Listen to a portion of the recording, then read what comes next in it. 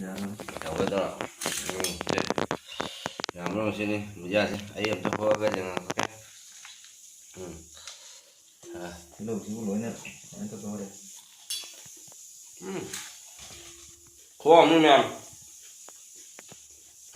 Chứ nhầm cái mềm có một đại em đi tấu vào nhé.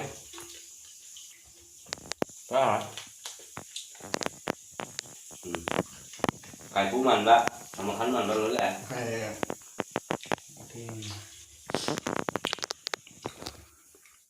Hi guys, दोस्तों, अखोई जी चाक थोंग ना सुम बुझिया से सुम टाइम पास की होई ना चा के तब नहीं ngasi di men thong के मेरामेस thế làm rồi đó còn đây là củ cá đây ngay luôn như em cắt tấm xuống riêng là cái này men gì Ấy người ta thông nó cái áo tôi bị YouTube ấy chỉ nên được. à View nặng hơn.